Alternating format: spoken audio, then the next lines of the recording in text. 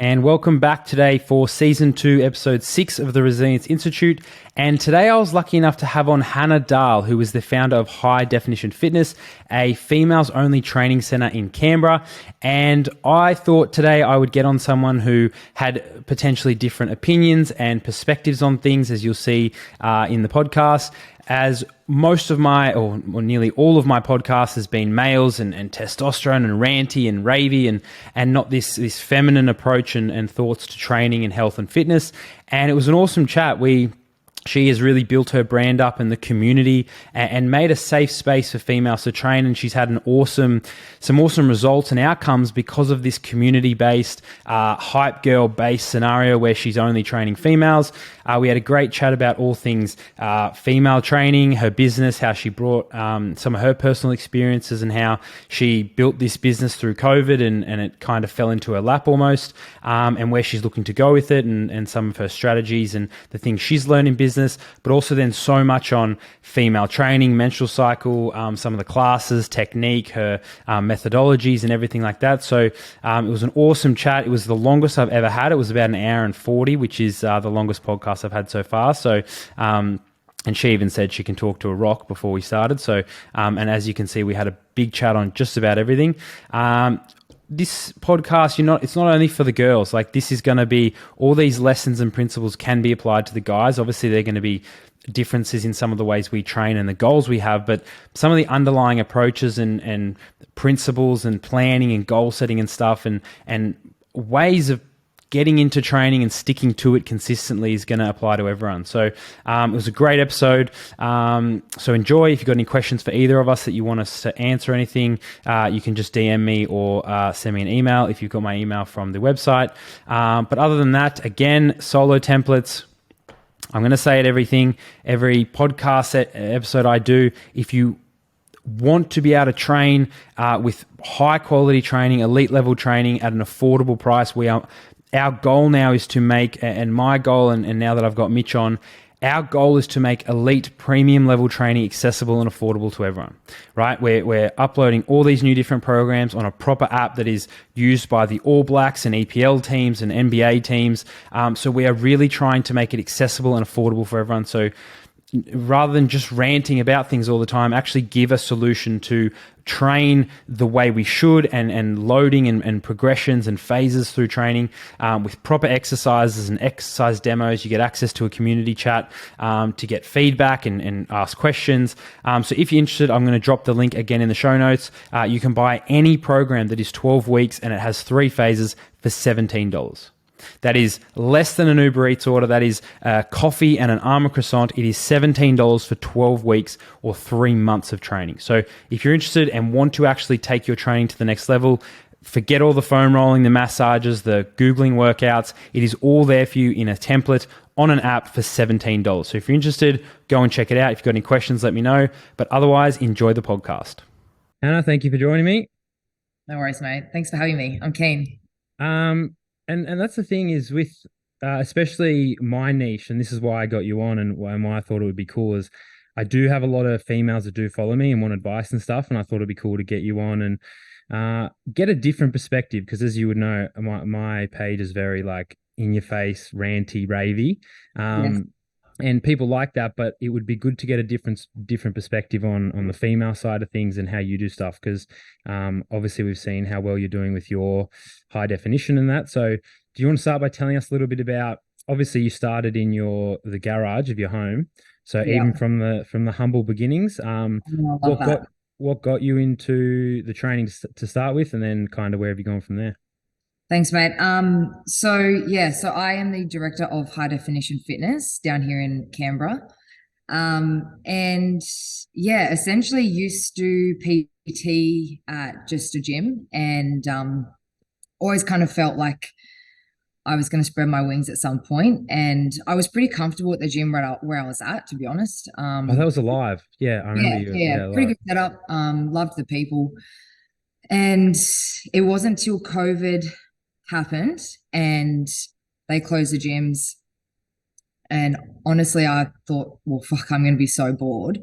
So I found this little gray area where you could kind of do personal training. You probably weren't meant to, but So I lined up with the rest of Canberra at some stupid gym shop in Fishwick and, rummaged together a barbell and a Oh, so you're few. doing stuff in COVID. So that's where you started.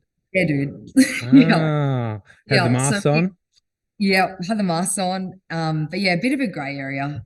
People probably weren't happy, but I had to make it work, you know. Let's not go down that rabbit hole of COVID and stuff. That's the wee hours.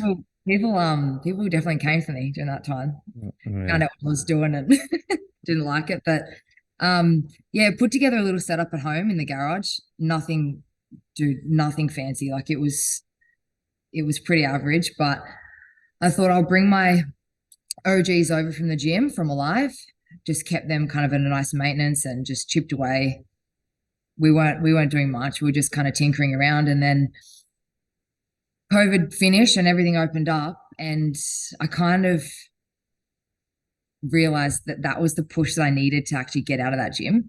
Um, I had my original base, and then all of a sudden it started kind of picking up, and I was like, how on earth am I building a business in a Mm. shitty old garage? Like, what is this? Like I stood back and I was like, why is this working? Like, honestly, what am I doing right now that I wasn't doing before?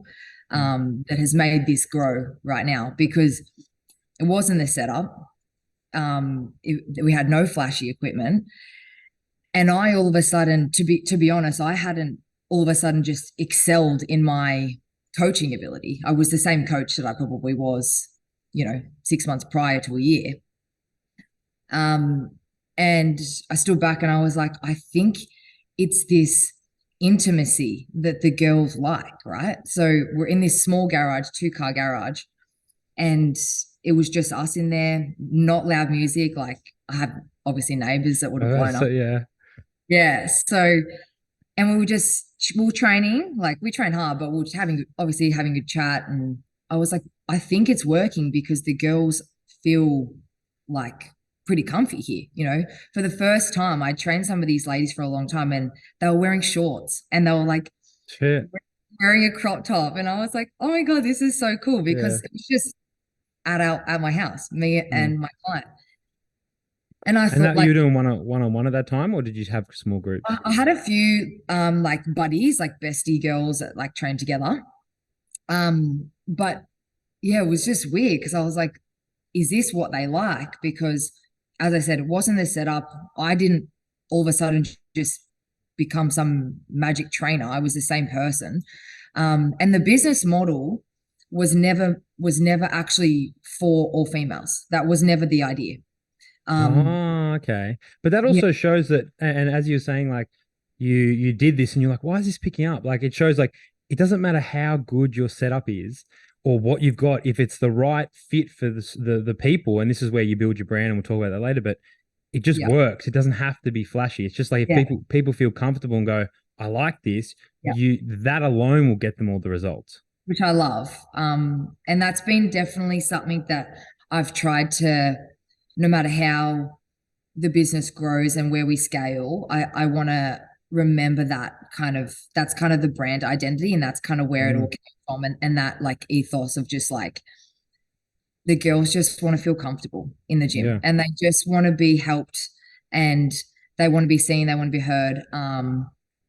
And yeah, it wasn't the idea, all chicks. And then I looked back and I was like, fuck, everyone that's training here is a yeah, the girls moment. So let's just rock with this. Yeah. And then literally like I was bursting out the seams all of a sudden. Like the garage was heaving, man. The I garage remember was I remember churning. before you got the thing, it was like they were packed, and then you started getting the music going It and was stuff. packed. The neighbors were Yeah. fucking blowing up. Like it wasn't gonna work. And then yeah, started looking at a few commercial spaces, and this was the tricky shift because I wanted to pick up that um, everything I had going there and that brand and that image and that message and that ethos, as I said, and put it somewhere just a little bit bigger so I could start making, Hmm. a living Had properly. you started at that point planning that kind of stuff, or did it kind of just happen organically?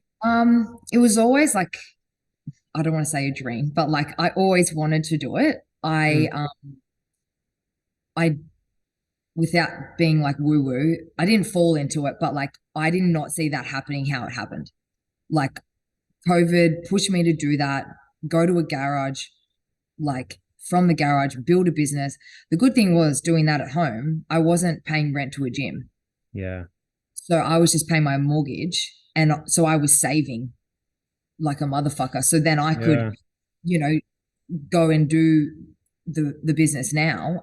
So and it just fell really beautifully, like that. And saved, and then when we kind of thought, yeah, we could do this, put all my ducks in a row financially, and yeah, started looking at commercial property and found a really good location, Mm. a nice size that wasn't um, not too big for my boots, sort of thing. Mm. Um, Gonna fit sort of the same, like mirror that garage feeling, but yeah, And then you big and put Pedro to work.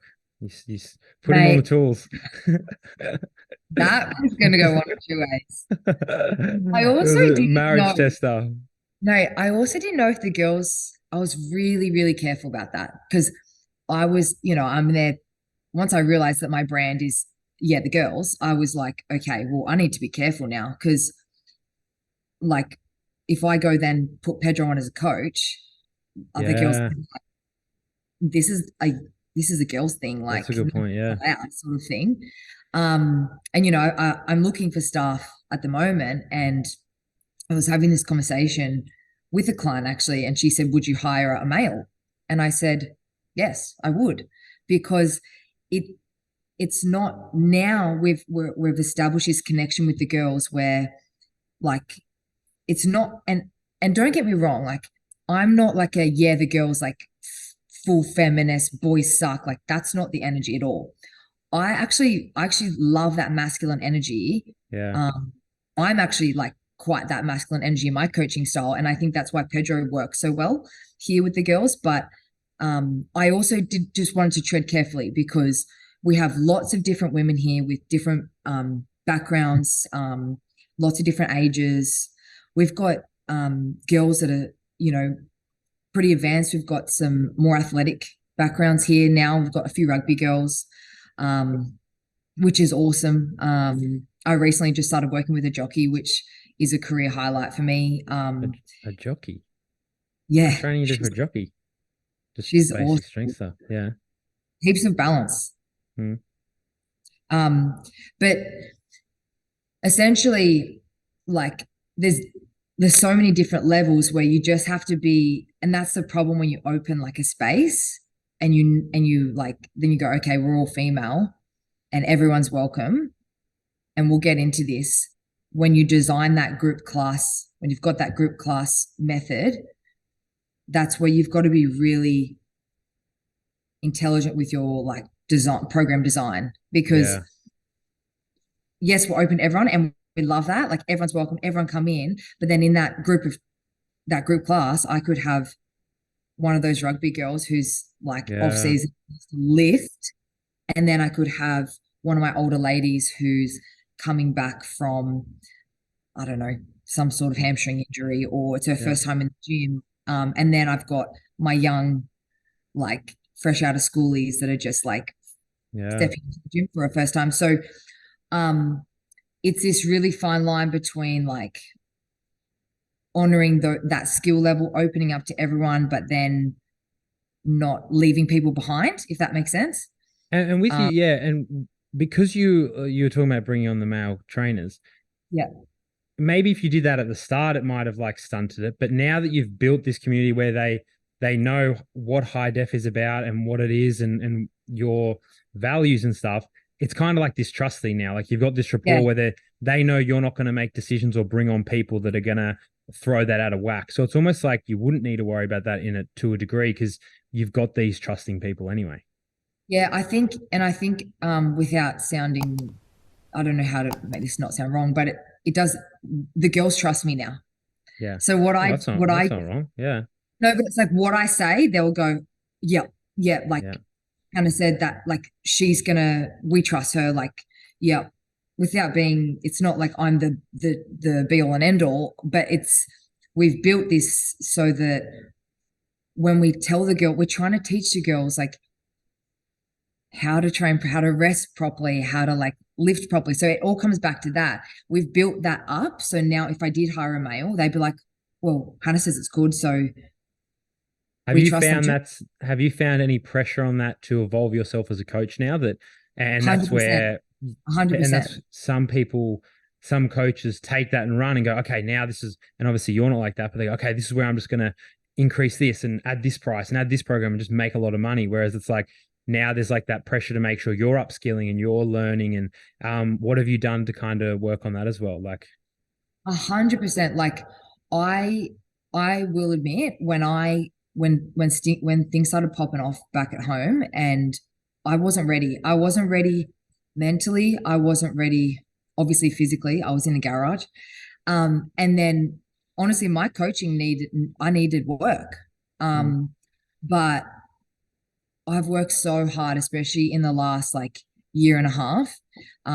Also just like confidence wise, like trusting my product, trusting my brand, mm, knowing what we do is different. And like there's no one doing what we're doing. Like yeah. no one, like we're capping classes at 10 people just so we can actually watch them and And you would help know, them. yeah. And that's what, when, and when you came up, I was even skeptical of, oh, here's another group. Like you would have followed me and seen me. 100%. And Yeah. I'm always shitting on HIT and all those F45s. But that's where like a responsible coach will go, okay, I've got this responsibility now where all these people are trusting me. Yeah. How can I keep them safe or keep them training properly and keep eyes on people rather Yeah. than just turning it into a money making machine, which is good. And that's probably another reason why people trust you a lot, because you, when you admit something, when you admit like a deficiency, or Yeah. you make a big claim of something like, no, it's like someone saying, oh, I can't give you financial advice. And you're saying, I Yeah. can't do that, but I'm a really good coach. So it's like, Yeah. I'm not going to take on 30 people, but Yeah. I'm going to take on these 10. So these 10 are going to be good. So it's like, and Yeah. it seems like you've done that well. It's it's about teaching like that it's about reframing what fitness is for females, I suppose. And I think we're trying to, Yeah. and I was listening to a podcast recently. I think it was actually one that Australian Strength Coach was either speaking on or he said this. And it was like gone are the days where like a chick lifting 100 kilos is impressive. That's sort of like just normal now. Like Mm, girls want, like it's this strong girl era in the fitness industry. And I think in order to honor that and let that kind of flourish as it should, moving forward in the industry, we have to provide environments like this yeah. for girls to be able to learn how to do it. They don't know how. Yeah. We've only ever been cardio bunnies. Like, don't get me wrong, I love cardio, I love endurance training, I love all of that, but we we've made a really conscious effort in, I don't want to call it like, it's not like clinical periodization, but all of our programming for the girls is structured for the next, Mm, this is the next 3 weeks, like right there yeah. done. That's good. So like so the girls have growth. So they can They have a actually goal. Yeah. They got something to tick off. because they're not used to it doing the same exercise. So like and they get a bit, it's hard because they get a bit bored. Like tonight they're doing like a controlled step down. They've probably done that 3 or 4 weeks in a row now. And I don't and it's hard because I know they're like, oh, again. But it's like you have to do this for 4 weeks at least so we can see you get so we can grow, so we can get better. We're keeping their in their strength class especially. Be back. Yeah. I'll just So yeah, so just trying to teach the girls, like especially in our strength classes, like less is more. Just don't rush into the next set. Take a bit of rest time. Um, just teaching them like in that with that smaller group, giving them confidence to lift something heavier. They can all do it. They just all gravitate towards a fucking 8 kilo dumbbell. And I'm like, yeah. how about we just try something heavier? And they Yeah. I gotta do it. I think you're at a really good point in like this, like the timing's almost perfect in the fact that now it is becoming a lot more common and uh yeah, more common that females can lift as heavy. Yeah. There doesn't have to be much. There shouldn't be a difference on, like, you shouldn't train a female because of they've got a cycle or this or that or their Yeah. joint ankles this. It's like it's like becoming so much more accepted, and females especially are getting on board, going, wow, I can actually train the same as a guy, and I don't have to Yeah. train different. I don't have to do cardio. The stairmaster and the booty bands, like, that's stuff that we thought used to work, and now we know that actually training heavy is where we get our things. Yeah. What have And I you think, found? There sorry, you you go. go. I was going to say, what have you found is the most difficult thing, the difficult part of getting the girls on board when they do go, oh, I have to do that again. Oh, I can't do a random circuit again. Like, how do you approach that? Or any Um, advice for girls listening? Trying to teach them why we're doing it. We're really big on, and I think we all should be in this industry, but telling the client why the fuck they're doing it. Mm, What's the point in giving the girls an exercise if they don't know why they're doing it or what they're working? Um, so always try and talk to them about the program design and why we've decided to do what we're doing. We always take quite a long time in our explanations when we like demonstrate the class. So always teaching them why, and I think that helps. And then I think that one of the biggest challenges that we have, and I don't know if this will ever leave the industry, unfortunately, for some of the female population, but I think for a long time, girls thought if they looked at a dumbbell, they'd put on 4 kilos of size and muscle. it's never going to change. Only it was that easy. Mum, if you're listening to this, listen, please. If only it was that easy. Yeah, like, so, but it's such a common thing. It's like, oh, I don't want to get bulky, or I don't want to get, I don't want to. Me, man. So, Mum, if you listen to this, I'm going to tell you to watch this episode, because, but it is such a common thing. It's like, oh, I don't want. It's like, you do not understand how long it has taken me or anyone who's got any decent size. Like, I know. I wish I could pick up a dumbbell and put on 6 kilos. I said that to the girls. I said, girls, I'd be fucking jacked. Yeah, I would be absolutely jacked. And I wish, but I don't know. And sometimes sometimes using that as an example can be good. It's like, do you not think I like what I would look like if, like, I trained properly? Imagine what I'd look like if I just picked up an 8-kilo dumbbell and put on 60 kilos of muscle. Like, is that a common thing you find with newbies? With newbies, yes, until we kind of like groom them into this sort. We're really working on that, and I think that's where that community element that we have that is so good, works so well, because the other girls are like, yeah, like, it's so cool to lift heavy, and like we kind of hype each other up in that sense. So I think that really works, the community sort of mentality, and we rely on that a lot, the community base. But I just think it's always going to be there. I think girls are always going to be scared to lift.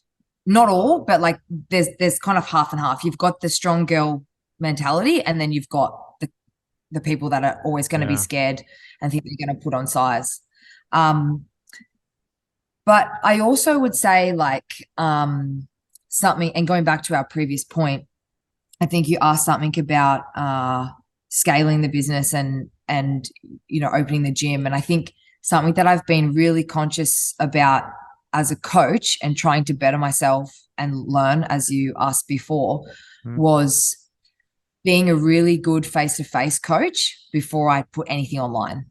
Oh, thank you. Far out. These days, it's, oh, I've just got my PT degree. I'm going to, that you see they get their PT degree, and in their bio is DM for online coaching. And you just like,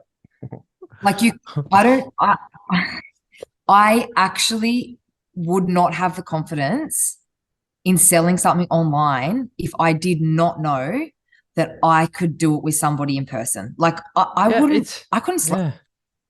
I common wouldn't sleep. Sense. So it's like, I could go read a book on how to shoot basketballs.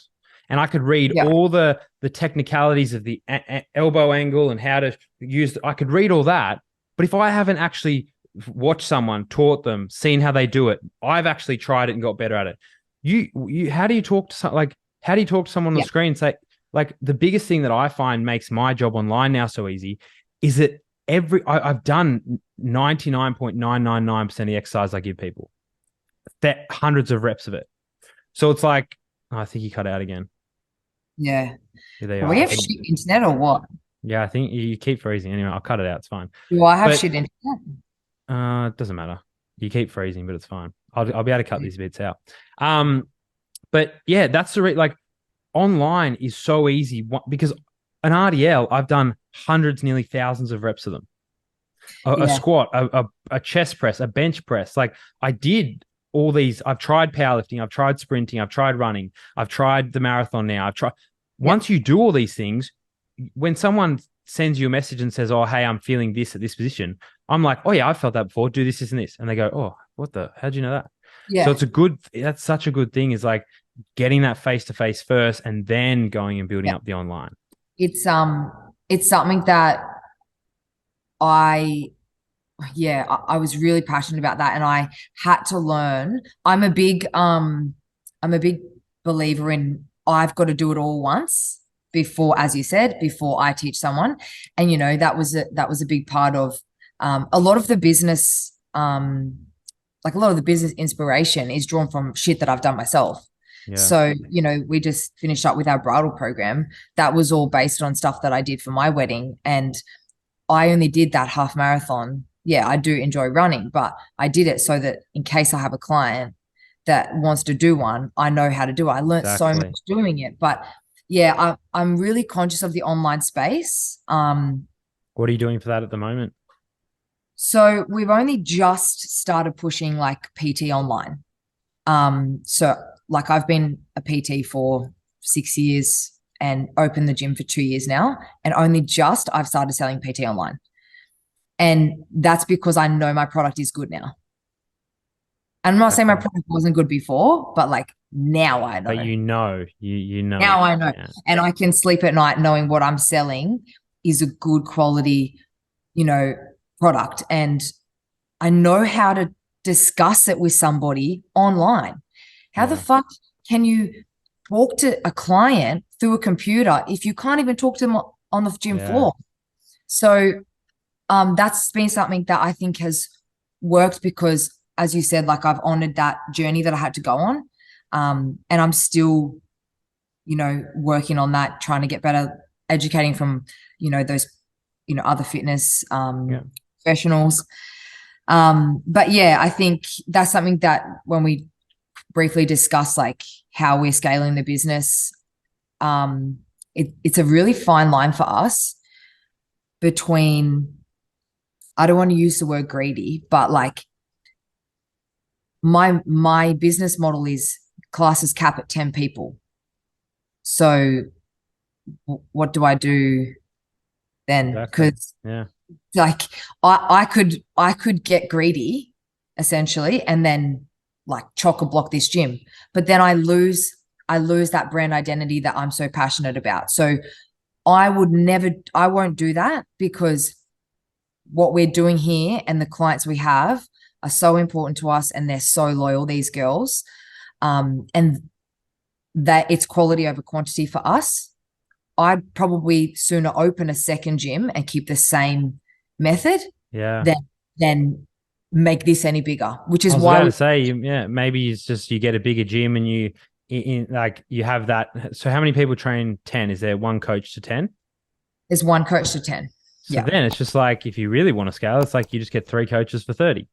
Well, yeah, exactly. And then you have an even bigger environment. You just got to scale it up. You get bigger speakers, you get bigger rooms, you get more and equipment too. It might be too. That's probably your constraint, that you probably don't have enough equipment to run that many as well. So that's a thing as well. I think something that's been, a blessing in disguise is we don't have any pin loaded. So all the girls know how to move free weights, which sure, I'm not dissing pin loaded, but or any gym machinery. We do have a cable, but like that's the only machinery we have here. It's all dumbbells and barbells, and I think that's really cool too, because the girls are learning, like, obviously we know it's a more superior way to train, in my opinion, free weights, but yeah, they're learning how to maneuver their body a little bit more, body awareness, balance, etc. And yeah, I think that's been we don't have enough space for the machines, so it's been a blessing in disguise.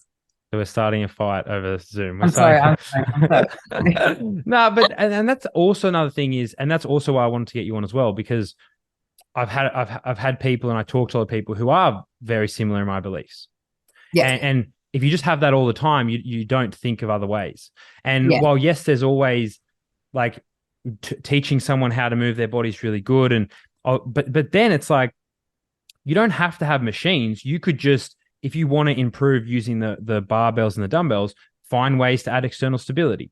yeah, Find ways to fix people's constraints when they can't hit a certain range. Like there are ways around it. And I talk a lot about barbells and dumbbells and obviously like the physics behind it, machines and that are a lot better in terms of force output. But yeah. also and again, this is where the nuance is. It's like your business isn't maximum performance, maximum muscle No, building, maximum thing. no, Like your classes and the community and the vibe and the fun yeah, is in the switching exercises, doing this, doing that. yeah, Like your girls don't want to come in, and this is where this is why you have your opinion, and I agree with that in that sense. Is the yeah, girls aren't going to want to come in and go, okay, let's do this big class, let's have fun. Okay, who's on the leg press next?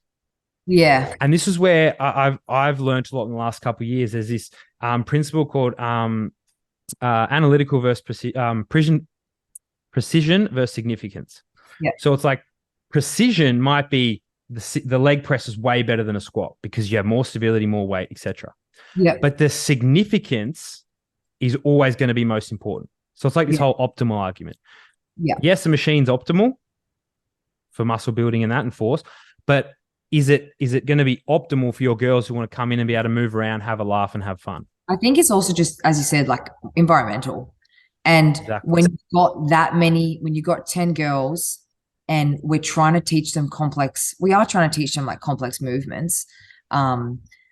We kind of, and there's so many different levels. I think when we can just get everyone across the board doing the same sort of thing, using the same, if we can all learn how to use the barbell at the same time, then moving forward, outsourcing for me is something that I'm not afraid to do either. So like if I see a client, and I'm sure we'll get further into this outsourcing concept, but like if I see a client and I feel like we don't have the setup, or we don't have like whatever it needs to service this client, whether that's from an injury perspective, whether that is from like they just outgrew, because that happens. Like clients outgrow you, you outgrow clients. Exactly.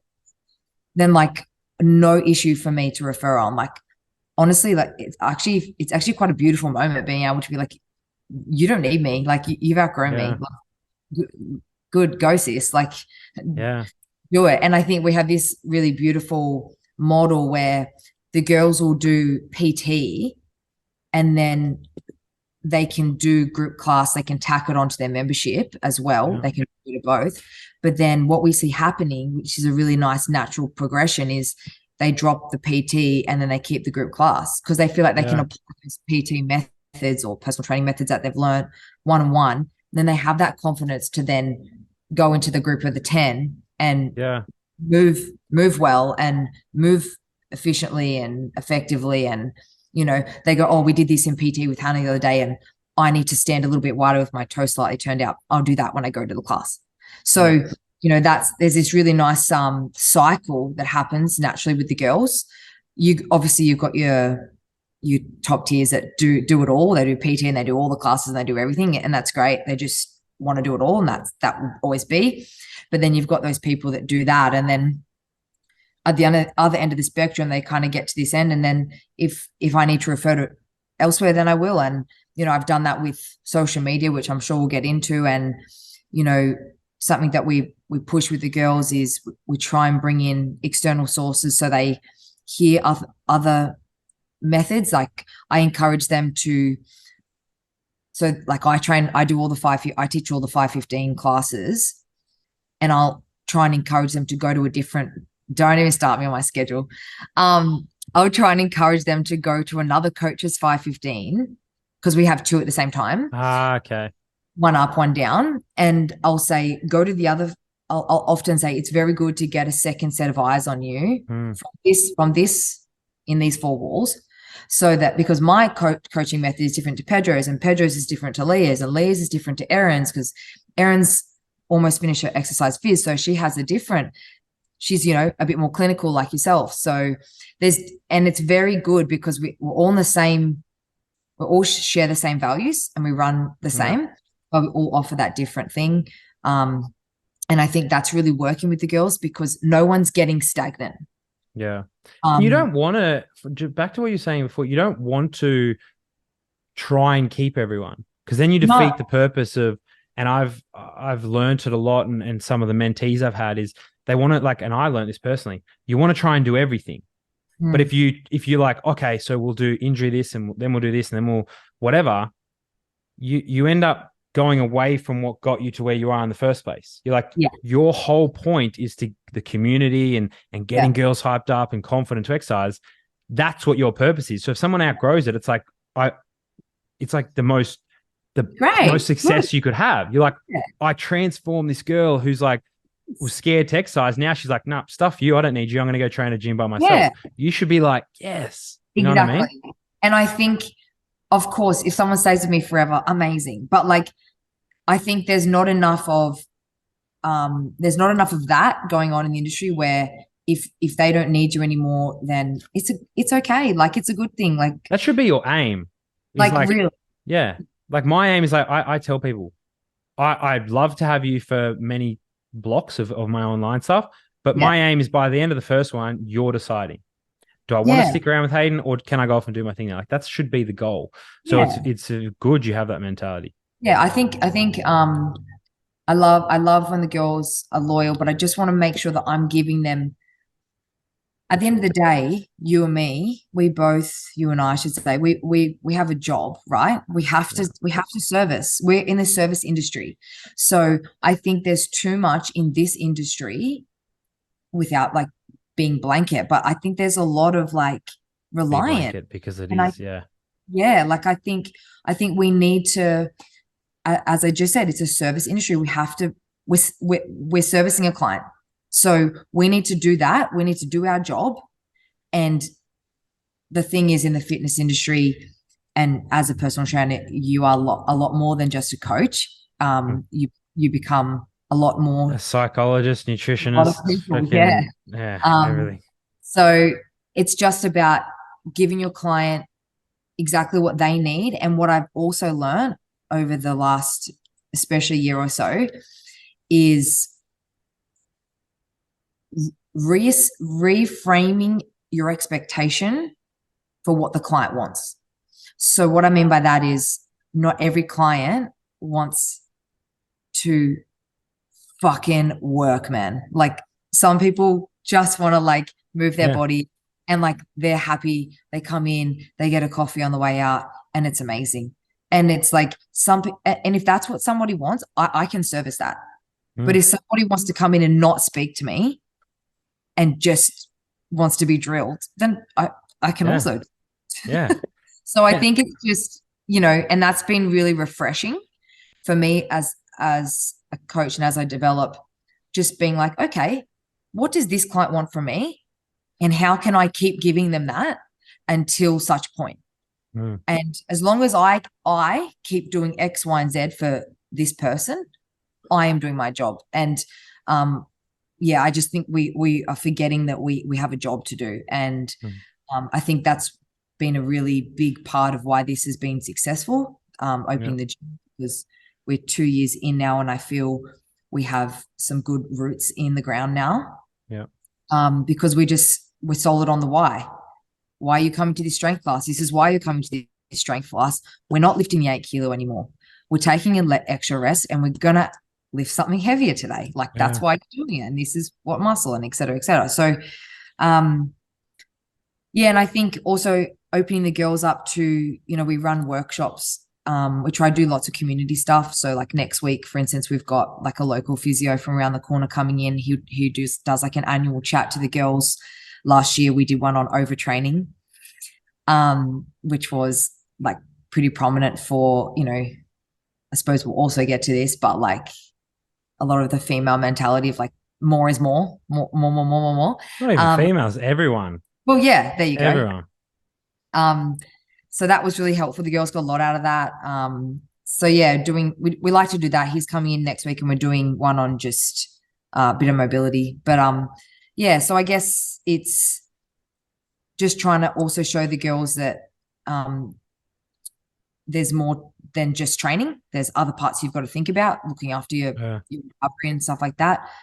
That's what a lot of the girls who are going to listen to this, and this is one of the next things I want to ask you, is what are some of your, yes, give some bits, mainly bits of advice for anyone listening to this, but also tying it into what are your strategies and what do you focus on teaching girls that is the lowest hanging fruits, like especially when it comes around like training, recovery, nutrition, looking at their cycle. How do you factor that in? Like what are some of your more technical processes that you look at and use, and how do you think about it?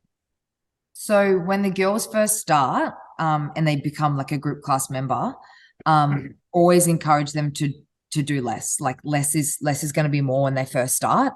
I think some people sign up and they walk in and the energy is quite electric and they just want to do it all because it hopefully one day you can come check it out, but it kind of calls. I'm down next after do a class. Yes. Put on a dress. Dress and a wig. Everyone's asking for a male version of High Definition, so maybe one day. There you go. But yeah, I think they just get so excited and they want to do it all and they book into all these classes. But we always encourage less. Let's pick like 2 to 3 classes this week, if you will, and then we'll book them in and we'll get that sorted. Trying to structure with us a little bit of a balance between, you know, because we have like upper focus, lower strength. We also do like some more gentle versions. We've got Pilates and that sort of thing, yoga.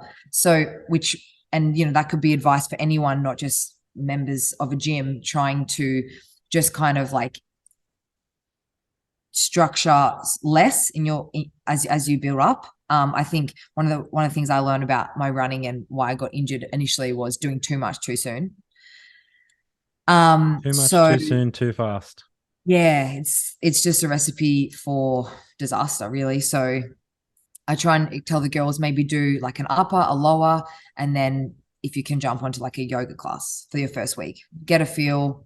You're going to be sore upper, you're going to be sore lower, and then you can just have like a bit of a zen. And then they get a feel for what an upper body class is like, what a lower body class is like, and then like more of like a mental health thing to close out the week. So low hanging fruit would be just to structure a little bit less than you think you should, because that's probably enough when you're first starting, and just like balancing out what you're training. Not just all booty, girls. You can't do booty every fucking day. You got to train arms too. Yeah, do some upper body. What and how do you have many experiences where girls come in and they're feeling off because of their cycle, or do you have anything where, and you were talking about yours as well, if you want to give your experiences, and then a bit of education for some of the girls here who are interested in that?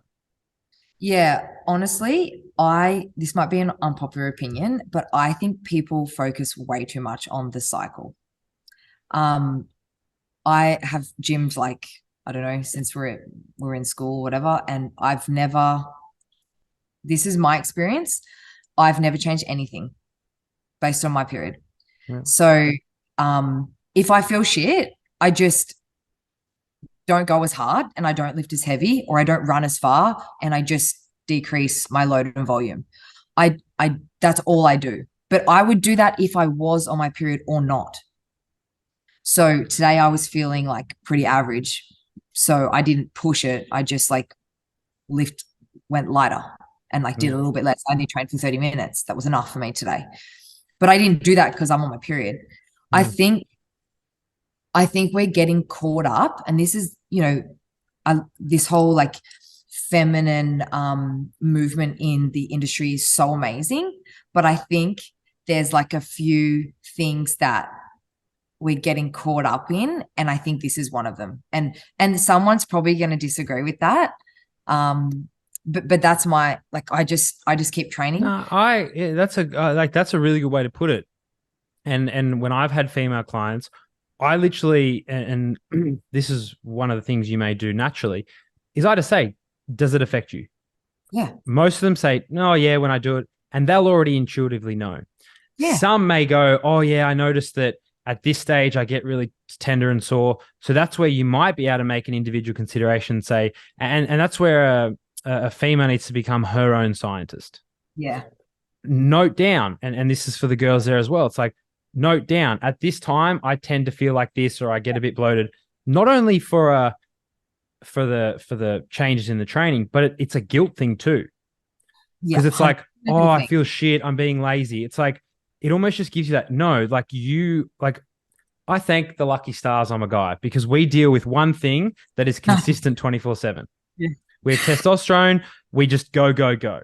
Yeah. But it is something that's important, and I think people go too far down the rabbit hole. It's like, Yeah.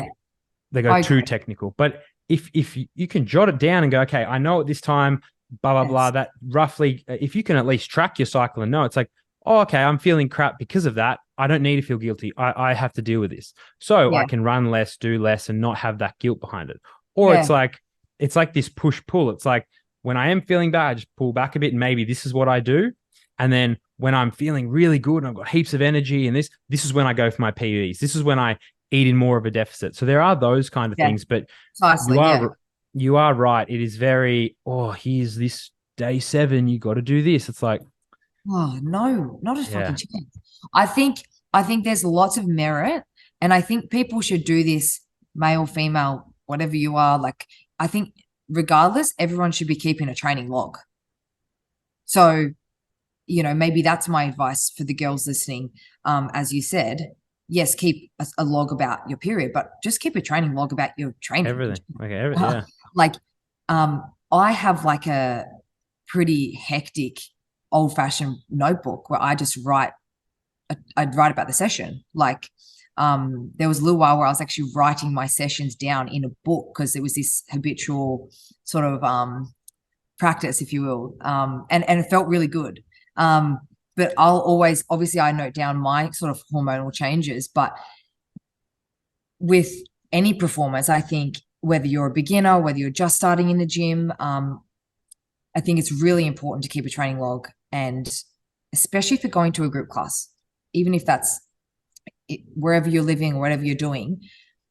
So next time you do your Wednesday strength class and you see the control step down, Yeah. you can bring out your notes, bring your phone on the journey, bring out the notes and go, okay, last week I used the 10. Yeah. Should I use today? And then ask your coach. And when you have a smaller group class environment, which is what we're trying to push, you can ask us and talk to us about that. And I think, as you said, that's the problem with things like HIIT and those really big, fast-paced environments. You don't have a chance to just fucking breathe and write down something about how you're feeling session, like, which you should be able to do if you're training strength-based work. So I think for me, hormones is such a funny one. I have had such a weird experience with my hormones, especially lately. Like, I definitely suffered from chronic stress opening this gym. Because we did this fit out all through COVID, and we did a lot of it ourselves. But yeah, I haven't actually told this to anyone before, but I have not had a period since before opening the gym. Really? Yeah. Wow. So how long is that? 3 years? 2 years. 2 years. Yeah. What do you do for people who maybe also experience that as well? What are you doing at the moment? Obviously, stress is a big one. Yeah. What are you doing for that? What do you? I know, obviously, I've done my due diligence, girls. I've done all the tests and seen the GPs and all those sort of people. But it basically just comes down to it's hypothalamic amenorrhea. So I had a period and then started working and doing the gym 2 years ago. started fading, and then it just stopped. And it was weird. Opened the gym, didn't even think anything of it. Dude, did not even realize actually. Really? And I was like, fuck, I haven't had a period in a while. I wonder if I'm pregnant. Yeah, yeah. Oh, Pedro goes, oh, you just hear Just him like, yelling in the oh, background. fuck. And sure as shit wasn't. And obviously then it just, we opened the gym, we had a wedding. Life is stressful. I was probably overtraining and underfueling at one point as well. And yeah, it still hasn't returned. So I still, my schedule is pretty hectic.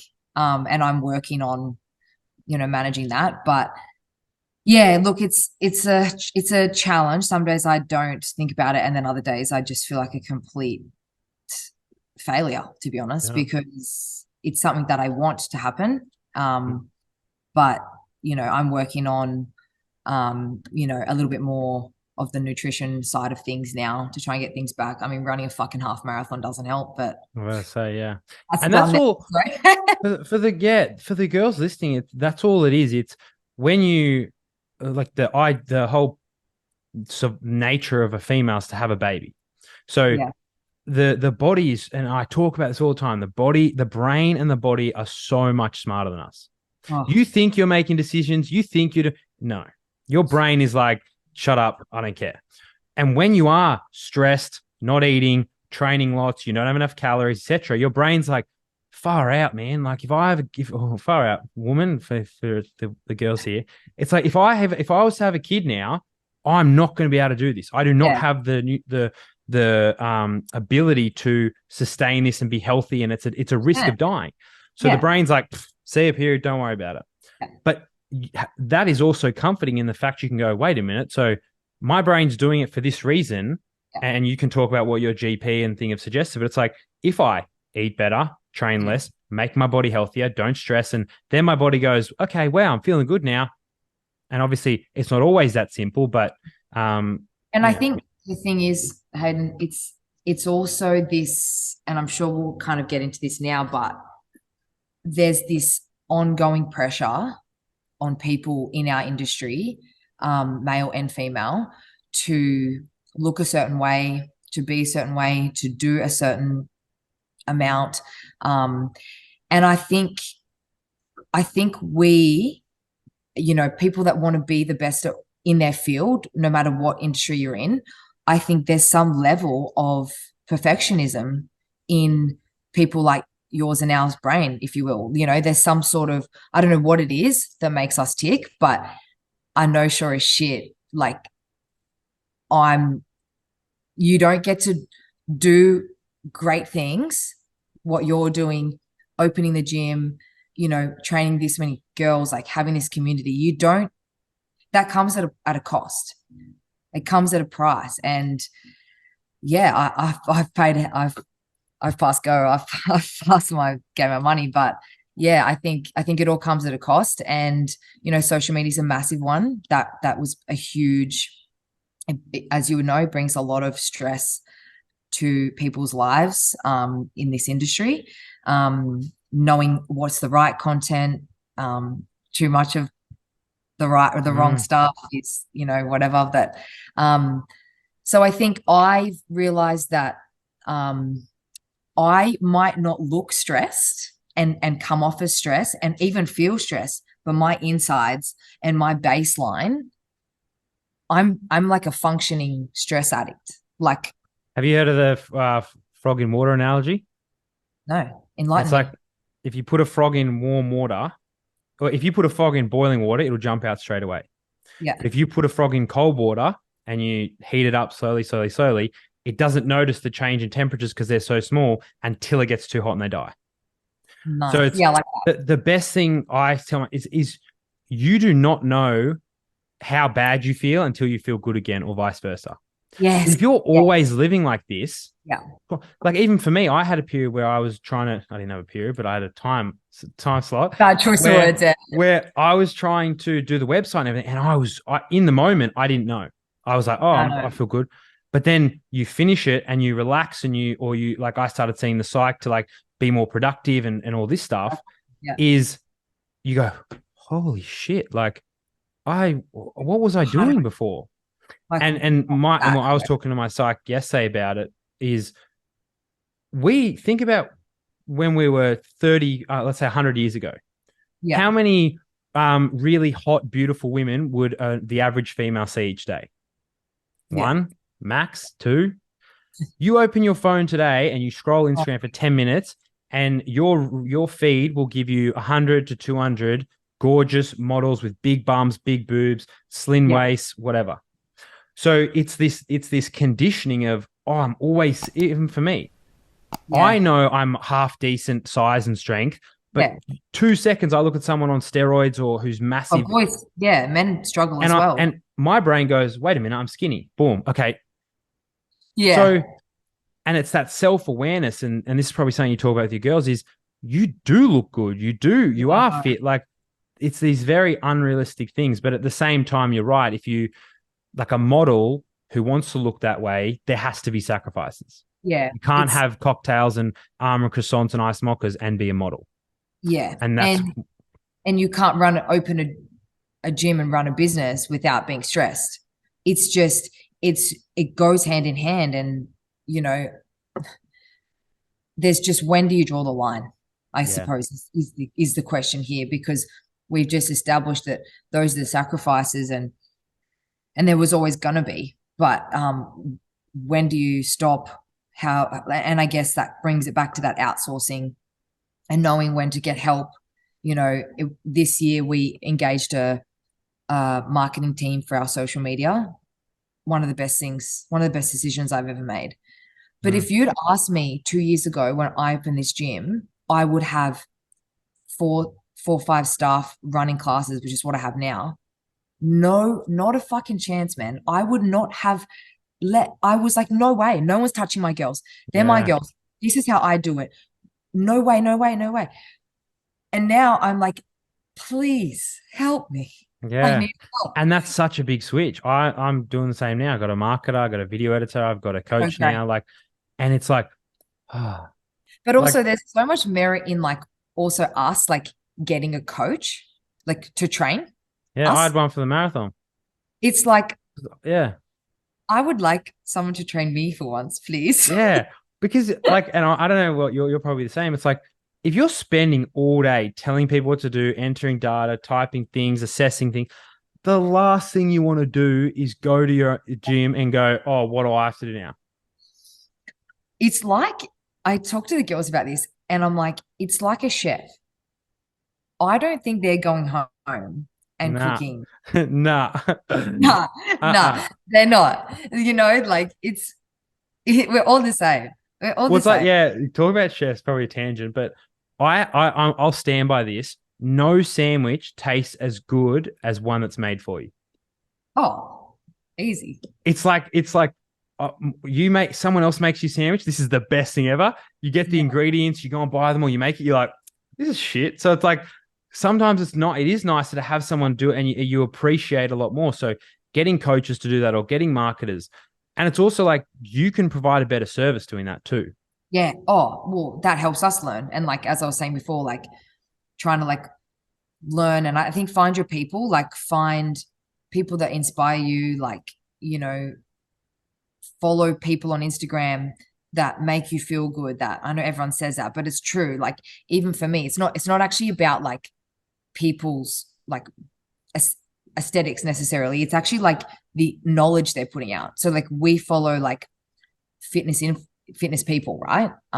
Some are influencers, some are actually qualified, and I Mm, think it's just picking your people, and then when you see their content, you feel enriched, you feel enlightened, you feel educated. yeah. You feel like angered, and I know like you've probably experienced this because I know like you get so frustrated about all the shit that's out there, and we all do. But I know like sometimes it's like you see it and actually like annoys you. And it's like, maybe I just need to not follow that page because everything they post is actually fucking trash. So how about I just unfollow them because it's actually pissing me off now. Not even like, The problem I have now though, I love that. I've done all that and I've unfollowed. Like I'm the most ruthless now. If someone pisses me off, I just unfollow. I, I, I don't, I actually have no shame. I'm like, whatever. You can't get angry at me that I unfollowed you. Anyway, but now the problem is I'm getting to this point where people are now sending me things to rant Oh, about. people want you to rant. So people want, so I'm like, unfollow, unfollow, unfollow, unfollow. I get a message and it's like, oh, hey, mate, thought you'd love this. And I'm like, I'm going to start doing that to you now. yeah, well, everyone does. Like, and it's good for content. It obviously means people trust what I say, but I'm like, and my natural response now is whenever someone sends, I get one, I get maybe one every couple of days is thanks for ruining my morning. I didn't need that. And then I'll plan it but I'm Thanks like, for thanks. pissing me off.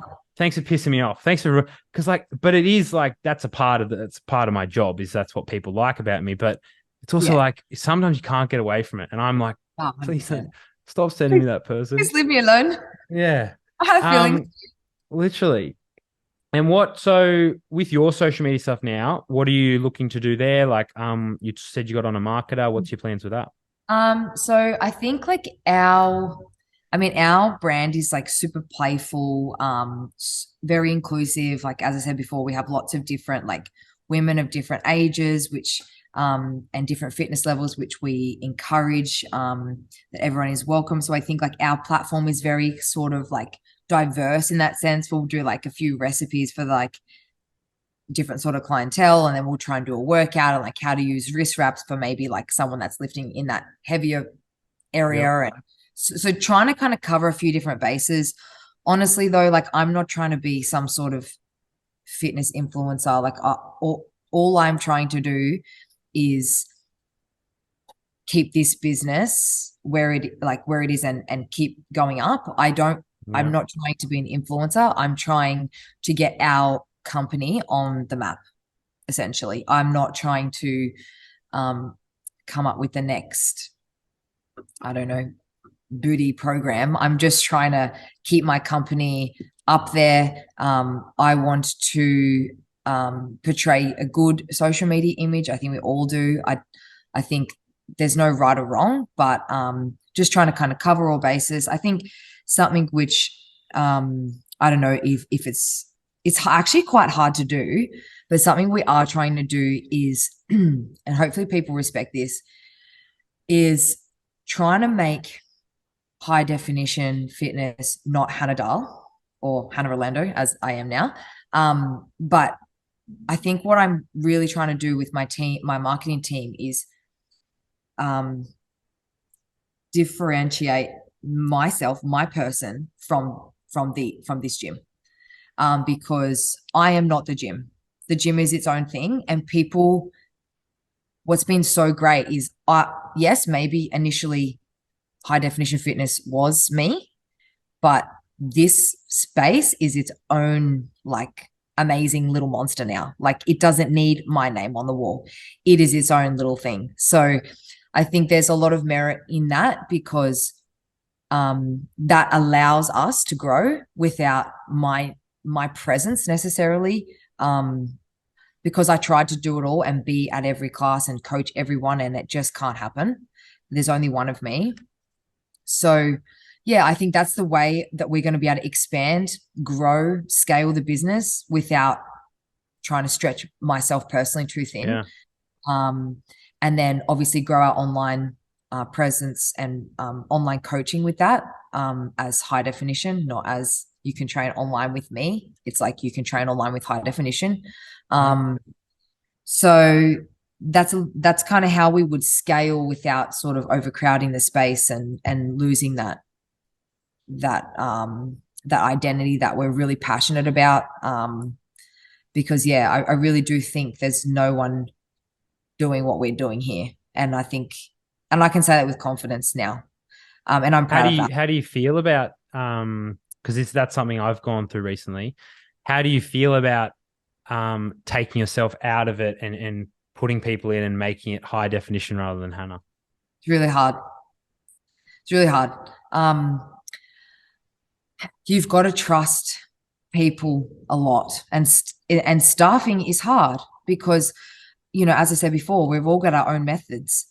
But what I've learned is like, I cherish when my members come up to me and they're like, oh my God, I just had the best session with Leah. She's just so gorgeous. Or, oh my God, your husband fucking pushed me today. And I'm like, I love that. Yeah. Like, that's You're what makes talking to my my husband? like, wait, hold on. Yeah. Oh no, wait. We're at my gym. We're I'm not out like, in don't be Civic. too impressive, girl. Yeah. Calm We're not down. out in Civic. We're in my gym. It's fine. He loves it. God Uh, bless him. yeah.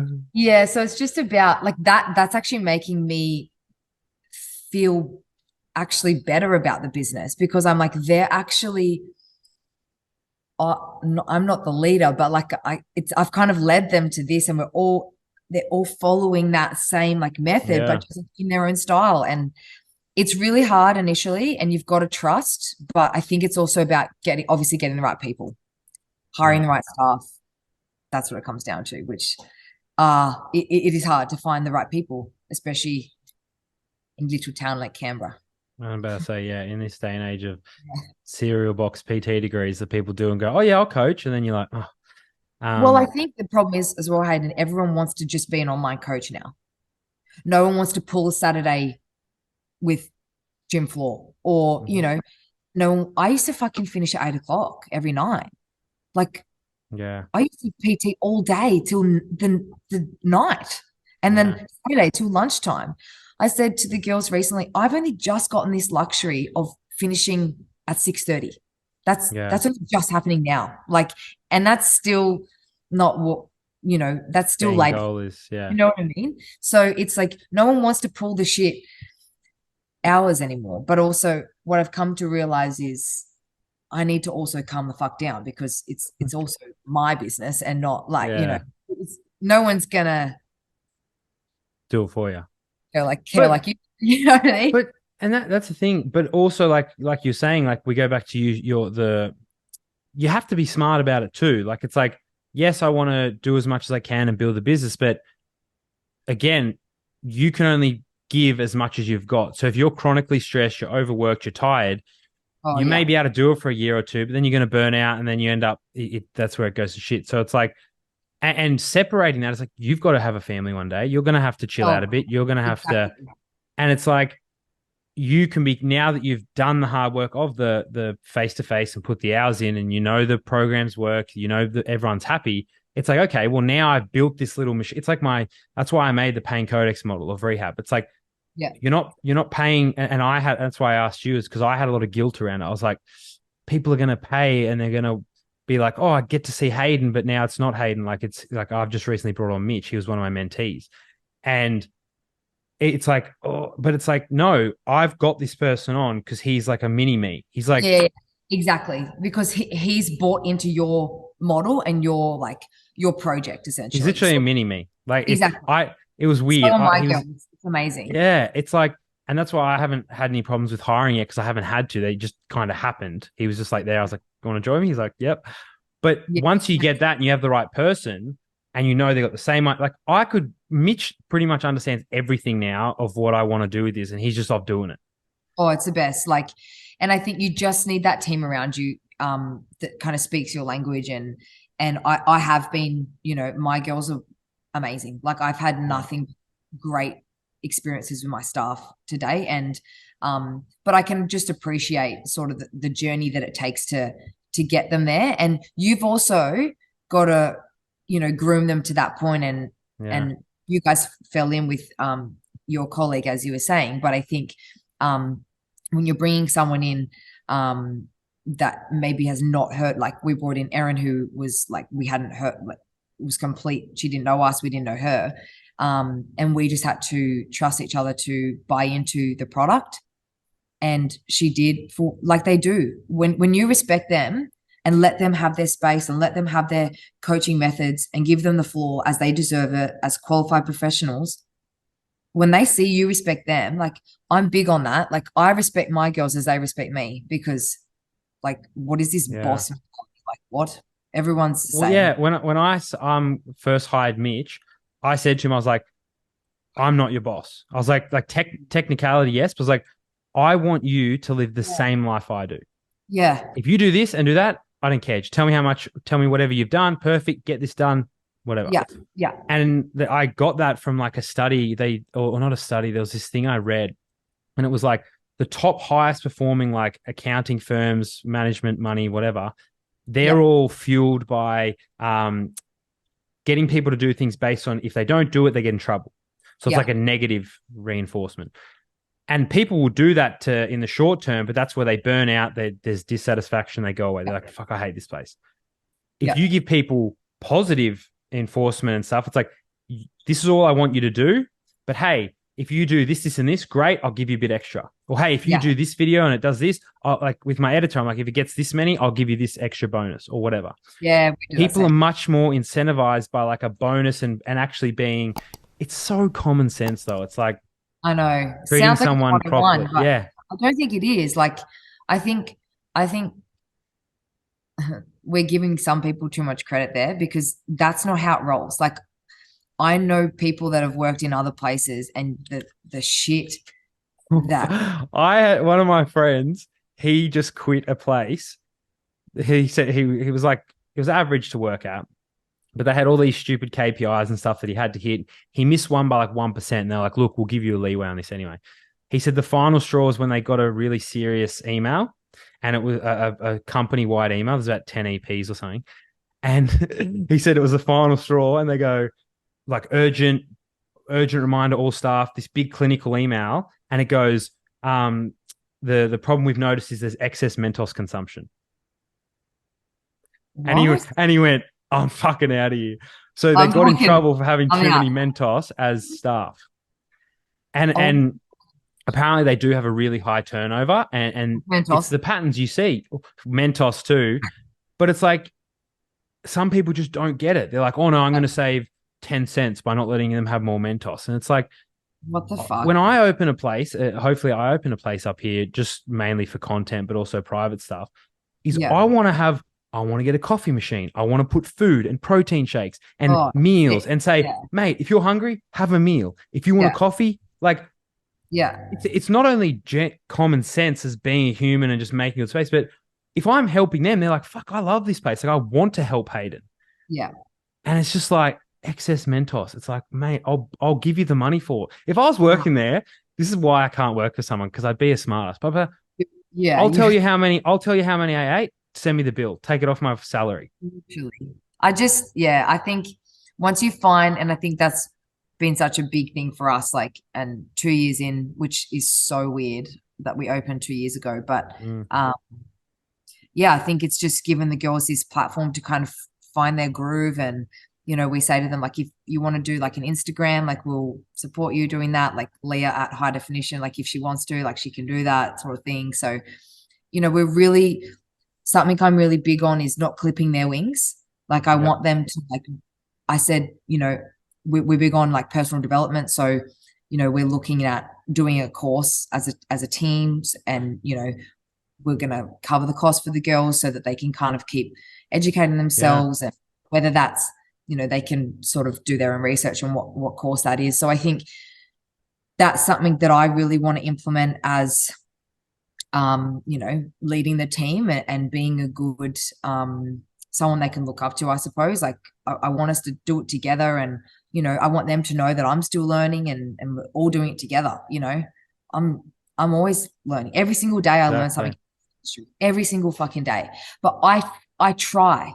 That's the difference. I try and learn something. I'm open-minded. I said to well, Pedro knows, but like every time I'm in the car, podcast on, new person I'm listening to. Like sometimes it's trash, and I'm like, what is this? Resilience Institute podcast off. Hey, but it's always, I'm always the idea is you're trying to be better. Like you're accepting that, and the best thing about our industry is we can always be learning because it's always forever evolving. But the more you know, the more you don't fucking know. So I don't know. You're telling me it's the Dunning-Kruger effect. You think you know something, and then you go, "Holy shit, I got to learn all this." And wait, but what happens then? Yeah. What are you looking at for education at the moment? Like what kind of stuff do you? So I want to do nutrition. Yep. Which is well overdue. We can, like, it's a bit of a gray area when you get your quals as like a PT and group class. You can like give guidance, but I really am ready to do that. Like I'm super passionate about nutrition, and just like obviously my own journey that I've been on with my hormones and stuff. That's really opened up a rabbit warrant, if you will, for me to want to know more. As you said, the more you Yeah. know, the more you know. So I'm like, oh, fucking educate me. I want to learn about this. Yeah. So I'm looking at doing that, and obviously the girls, we've kind of opened that up for them. And Pedro's got S&C, and something that's been really nice is just going to drop his Brumbies call up here. Brumbies plug, King Let's go. Pedro. Let's go. But no, that's been honestly really nice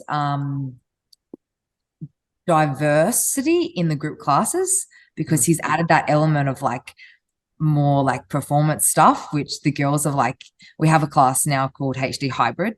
So we're really like pulling in some of that like more performance work, and the girls like getting a kick out of that because it's something really different. We only do it twice a week. But you know, we're teaching the girls like how to clean and like how to do some stuff. So, you know, Pedro's really enjoyed that. So, you know, S&C is always an option for the girls, but we do have Pilates and that sort of stuff as well, which I think I'm not a Pilates girly, but yeah, the girls do like it. So that's always an option. That's the thing I've changed my mind on too. I'm about to because obviously I'd like to do the course. I'd like to do the course. Yeah, I've But I was always someone's like, nah, Pilates like, but my stuff's mainly for pain. So like people go, oh, Pilates fixes back pain. I'm like, shut up. No, it doesn't. Anyway, but it's having different ways to move, and like talking about the performance stuff, that could be the best way to push the girls out of their comfort zone. Yeah, like, it is. Like, oh, so great. If you educate them on what are humans meant to do, humans were meant to throw, catch, run, tackle, jump, build shit, sprint, all this stuff. Like, let's do it. Like, you talk about feeling good and feeling capable and confidence. You're telling me if you can clean a certain weight or throw this thing at the wall or jump this high, you're not going to go to work the next day and be like, you know what I mean? I'm a lord. You know what I mean? I say that to girls, like the running thing really resonated with me, because I say to the girls all the time, hunters and gatherers girls, we were built to fucking run. So don't tell me you can't run. Yeah. If you're not like it, that's different. Yeah. You don't have to like it. But the old like, oh, I'm not a runner. I don't run. Oh, no, I can't I run. used to say that. I was like, oh, I'm not a runner. And then I was like, oh, I'm going to do this marathon. Now I still run twice a week because I'm like, I fucking love running. Running, like, but humans were designed to. Like, we weren't fast or powerful or anything like that, but we were designed. Catching your fucking dinner, mate. Like, I can't remember where I heard it, but we were built to outrun our prey. So let's say there's a zebra, we were meant to just be able to keep going and going, and then the other thing would die of exhaustion. Yeah. So like you said, don't tell me I'm not a runner or I can't run, I'm not built for it. It's like, no, you just haven't done it. Yeah. I'm not a piano player, but I've never fucking played it, so I can't say it until I try it. Exactly. And I think, you know, going back to that original comment you asked, which was like, how do we like out train some of that stuff with some of the newbies? And it's just like that, showing them that they can do it, and they feel so fucking empowered. Like, you need the FAFO mindset on your wall. Have you seen that? FAFO? Fuck around and find out. Oh, I like that. That's my new saying. Have you seen that video, the one that went viral? It's the guy with the graph, and he's like, the more you fuck around, the more you find out. How have you not seen it? I don't know. I'll have to send it to you. It's the best video ever. I'll send it to you. But it is. It's like, the more you fuck around and do things, the more you're going to find out of what you can do, what you're capable of. Amazing. Like the faces on them, like it just like, without sounding like woo woo, like you sound woo woo all the time, so don't worry. I'm a cuckoo cat. But it does actually like give me so much purpose. Like seeing the girls like fucking do stuff they never thought they could do. One of the girls, I don't know if you saw in the story, like they just do the maddest shit. Like one of the girls just fucking box jumped like higher than like any bloke I've ever seen. And I'm like, oh. And she's like, oh, was that good? I'm like, was that good? Yeah, literally. And that's what that environment is. Yeah. Yeah. And I think it's just about showing, you know, the girls that they can do stuff that they never thought they could do, but giving them the opportunity, the space, the safety, the confidence to do so. And I think there's probably not enough of that going on in the industry, if I'm honest, because I think the girls just, and it's why it worked. That's why the shift worked from the garage to here, because I stood back and I realized the girls just, what they liked was not the space, not the setup. They just liked not being next to someone in high vis hunting. You're not trying to sound smart. You're not trying to they just impress them. It's just like, this is this. And that's what, that's the biggest thing I've liked about it, is it's like, you may not be as optimal in terms of this exercise and this, but that's not the point. And I think until people are aware of that, it's like, that's not the point. Yeah. The point is the girls come in, they're comfortable and they have fun and they're consistent. Yeah. And honestly, like, fuck, it's getting mad results too. Like, yeah. Like, yeah, I saw the bridal program. Oh my God, dude. Like, I'm actually launching one of the like snippets today, but these girls, like, they just like listened and complied. Like that was all that they did. Like all they had I'd give yourself more credit. It's the environment. Oh yeah, 100%. Like it's right. Have you heard the thing about the heroin addicts, like with war and stuff? It's like, I can't remember the exact percentages. They all went to war, started having it, and the US government, oh shit, we're gonna have all these things come back addicted. I did hear this. They get home and they're all like, oh, no, I don't need it now. Oh yeah, because the environment. So it's like that. The environment you've created is like, oh, look at all these other girls doing it. I can do that. And then they're in this and they're like, I don't want to let her down. I don't want to. And it's like huge. And we have this group chat and they're all hyping each other. And yeah, I think, like, I'm not gonna lie, I'm not somebody that's like, as I said, like, I'm not a like painful feminist or anything like that. I actually went to an all-girls school and fucking hated it and ended up moving to a co-ed school because as a rule, I generally do get on well with blokes. But the best thing, and I didn't know how all girls was going to go, if it was going to be bitchy. I'm not kidding. In 2 years, I'm not just being funny. In 2 years, I've never had one incident of like not acceptance, not like support, like not one time. Wow. I was even like, I love them. There's like spotting each other, like hyping each other. It's like the best thing I've ever seen. I'm like, that's cool. I'm like, let me help with the spot. But like, I love the hype. Yeah. Don't fix the exercise. I've got this. But you do that. A for effort. Actually, I'll log in. But amazing job for the hype. That's a sign that things are going so well. And you can see it from the outside. You can see all the girl, like the shares where they're all sharing each other, doing programs and doing exercises. So no, you're doing really well. Thanks, so plans for the future. Plans for the future. Where's high def going? I would love to open another one. As I said before, I'm really conscious of honoring the brand identity and not like overfilling the space just to overfill the space because I say that I can. I'd rather just cap where I am. The method is what it is. The brand is what it is. And if you want to join the community, this is our second studio. So that kind of that's consistent throughout. And I want to stay true to that. And I'm very conscious and aware of that.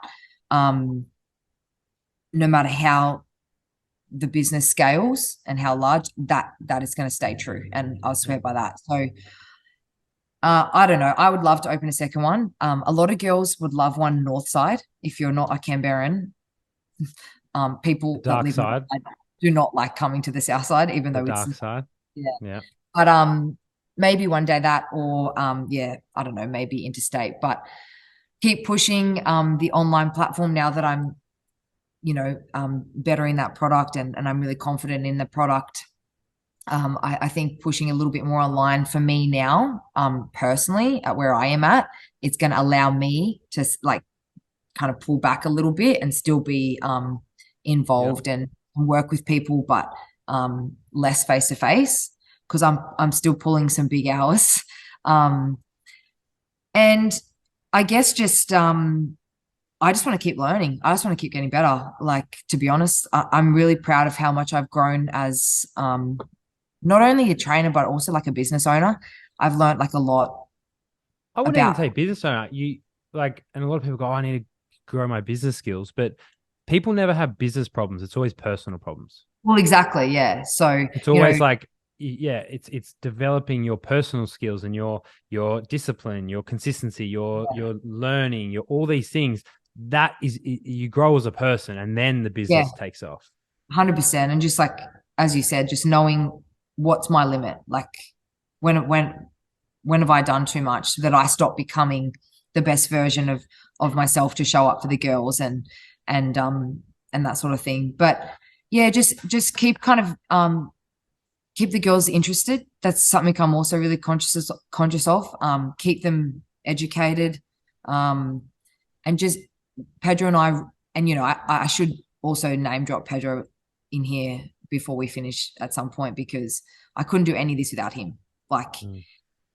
I started this business alone, but there's no way it would be still going if I didn't have him. Like the way his brain works is polar opposite to mine. Um, so In him what and I, way? he's very like analytical. He's like an ex. Cool, calm, and collected. Yeah, he's really like cool as a cucumber. Nothing phases him. Um, where's the proof? Where's the evidence? Or it doesn't matter, sort of thing. Like, which is great because I'm quite an emotional person. Like everything I do is like I'm so all in. Like my heart's on my sleeve, which is why I think the product has gotten to this point because I'm so passionate about it and I put so much of my like heart and soul into it. And yes, I know that's why it's gotten to here, but I don't think it would have like I don't think we would have changed the passion project into a company without his brain, if that makes sense. Mm. So yeah, he's been a huge support. So just keep working together really nicely. We haven't had any blues yet, so Yeah. let's hope that doesn't happen. But No, that's really cool. And also on a side note with that, it's like, don't, if people are gonna hear me say this and come for me and be like, "Ugh," but like naturally, like men and women, that's what it's meant to be. Like oh at yeah, a biological level, it's like the women are like the emotional, caring, like yeah, they love all 100%. that, and the men are like the okay, no, do this, do that. It's like you see all the TikTok. It's like the woman frantically running around, the guy's just there like playing with his tie or his shirt or something. Like what is it? 100%. So it's Yeah, like, and that's why it has probably worked for you. Is yeah. like you balance each other out. It's like you can be the let's go, let's do this, and Pedro's like, wait a minute, okay, let's do this, and you're like, oh, And I think maybe that's a bit of advice for someone listening. It's just have like a sounding board like that. Like I thought I could do it all alone because I'm an independent girly, but like she's not really an independent girly. She really does need a soundboard and it helps like dramatically. Like you're in your head about a client and then you're like, have I done? And then they're just like, actually, just calm down. Like, or even maybe if you don't have someone like in your family or your partner that you can do that with, have a mentor. Like as you've mentioned before, you've got a few. And I think that's amazing because I think, even you and I having this chat, like, yes, we're doing a potty, but it's also just been really nice to talk to someone else that, understands that you can bounce off. And I think a lot of the time we get not arrogant. I don't want to use that word, but we all get a bit like my way is the best way sort of thing, where it's like, you need as that to some degree though. yeah, you do. But like as you said at the start, it was good. It's good for you to hear like from me, which is someone like a little bit more emotional compared to like your previous clinical guests, which, it just is black and white. Hmm. And, yes, it is in a lot of cases, but sometimes it's I nice wouldn't for say black and white. I'd say it's always gray. Like I yeah, said, even your thing was gray. It's like barbells, yes, whatever, but it's significant for your people. yeah, Like it's always got to be. You always have to have context, and these days there's yeah. no context. So everyone Well, goes, yeah. "Ugh." So I think it's just good to kind of have that sounding board and be able to talk to Hmm. people that you trust and that challenge you. Like Pedro challenges me a lot. And, it's been good to having a chat with you and watching what you've done because you challenge people a lot. That's one of the things that you do so well. And I think we need to be welcome to that, not shy from it. Like, oh, Hayden thinks that. Well, yeah, let's chat about it. Like, and not Block, fight. block, block, block, block. Yeah, right. It's interesting, but I think that's probably really, I mean, maybe that's an obvious one just to have someone to talk to, but It's not though. Like it is obvious, but it's not. It's like, but it's also like having not taking things personally. yeah. It's like Yeah. I used to, and I'm only saying this Fucking because hard. I used to be that. Someone would say something, be like, "I'll show you," Like but it's it's like, hard not to take it personally. Yeah. but once you, that's one Yeah. of the things I was working on because of the stress of work and stuff, and it's like I didn't go to the site because I was depressed or anxious or anything. It was just like I just want to be able to think better. Yeah. And I once want to I've be more efficient. not even a fit. Well, I said that to my My first one. brain They is were not like, working efficiently. yeah, but it's like just being aware of things. It's like, Yeah. okay, he said this about this. Wait a minute. He's not attacking me personally. He's just saying maybe this isn't the best way to do that, or maybe you could do it this way. And Yeah. like that's what where a lot of conflict arises. It's everything's like so personal these days. It's like, oh, what if you do that? And you're like, what do you not think I'm smart enough? It's like, no, it's like I'm just trying to help. Yeah. And being 100%. that sounding board. So it sounds like that's worked really well for you. Yeah, it has. It's no, I've really enjoyed the challenge, and it's definitely not for the faint-hearted. I Mm. think this industry is not for the faint-hearted, and opening like a gym is definitely no walk in the park. Um, we've had lots of challenges, but you know, lots of successes. So it's super rewarding. It's one of them. It's I would I will die knowing that I made an impact on somebody's life at some point, and I feel like I've done what I was meant to do. So I'm fucking happy with that. Yeah. That's the mentality I got really early on. It's like if one person Yeah. looks at my post or whatever I say and gets a benefit from it, even if it's my mum, half the 100. time my mum sends me my podcast because this was a great one. I'm God bless. Thanks, mum. like that's what I'm like. If Yeah. one person just goes, oh wow, that's like people will send me messages now and be like, oh mate, I've been following you for ages. I haven't said anything, but I've been doing all your stuff and like my leg doesn't hurt anymore. And I'm like, So good, man. Like it's the best. and once you get to that stage, it's like, who cares? Like, if income goes down or something happens or a Yeah. machine breaks, it's like, really, is this like something we need to really worry about? So, Yeah. yeah, And I think that's a good thing that, COVID did for a lot of people. yeah, I think, I can empathize with those that like had a really tough time, but I'm not going to lie, COVID was the best thing that happened to me. yeah. I always Because preface it when I talk to people. I'm like, I said exactly what you say. I go, I understand there's a lot of stuff, but COVID, it was like a whole, like the like best thing. it just like woke me up from this. But that's also a mindset thing as well. Yeah. Because you could either go, and this is why I think it was so good for me and probably was for you. It's like, okay, I have to stay at home. Yes, the government's helped me with these things, but it's like, all right, I literally saw it as this. I'm getting paid by the government, and like from what I lost in my business because I couldn't do face to face, I'm going to see this as, okay, I can't go out. I can't go see my friends. I can't go play golf, whatever. I'm getting paid by the government to sit at Yeah. home and play COD. Yeah. Like if you can, I it doesn't know. have to be exactly that, but it's if you can flip the Oh, mindset. It's like, all right, this really bad thing happened, but look what I learned from it. Have you seen the thing on where they asked about people who went through all the really bad traumas? So there's like this study. It doesn't really help you, but there was this study they did. I think it was like 1,000 or 4,000 or 400 people, yeah. and they asked them. We're talking people with like sexual abuse, rape, partners dying, tragic accidents, etc. Yeah. And it's in one of these podcasts I listened to. And they asked if you could remove that event that happened. So the bad thing that happened. I have heard of this. I have the heard of happiness this. expert. And he Yeah. did the thing, and they said it didn't happen, Yeah. but every person you met or thing you learned from it is removed. Would you go and fix that? And 99 point something percent said no. And it's like, it's so easy to say when you look back. It's like, you can always connect the dots looking back. Yeah. Like every person listening to this could look back and connect every dot to get them where they are and go, oh, you probably met Pedro through something. Like if you didn't meet this person or this happened, you wouldn't have met Pedro and you wouldn't have done your gym. But it's like, if you can flip that mindset and then looking this way, go, okay, this is happening, but I guarantee in 5 years, I'm going to look back and go, that's why that happened. It's scary. It's But it scary is because scary. it's, you know what is scary? If, what if, what if is scary. So it's like, what?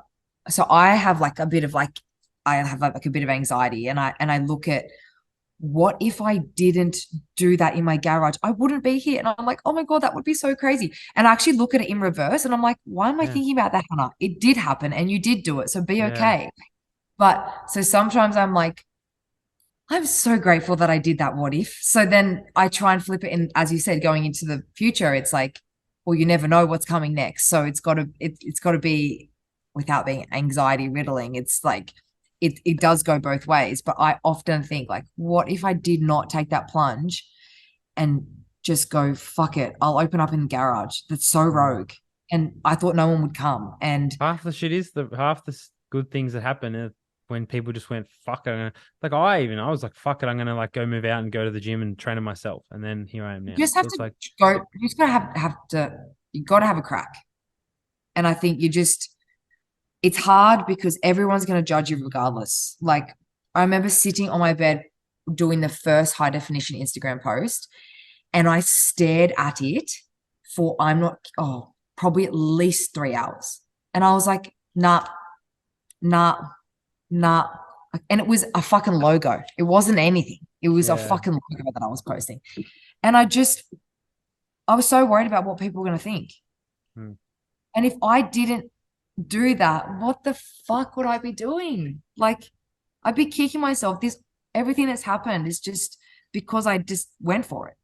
I trusted myself, and yeah, sure, there's been moments where I've doubted myself, but yeah, you got to ride it, and you got to go, well, we're balls deep now. May as well keep Yeah. going.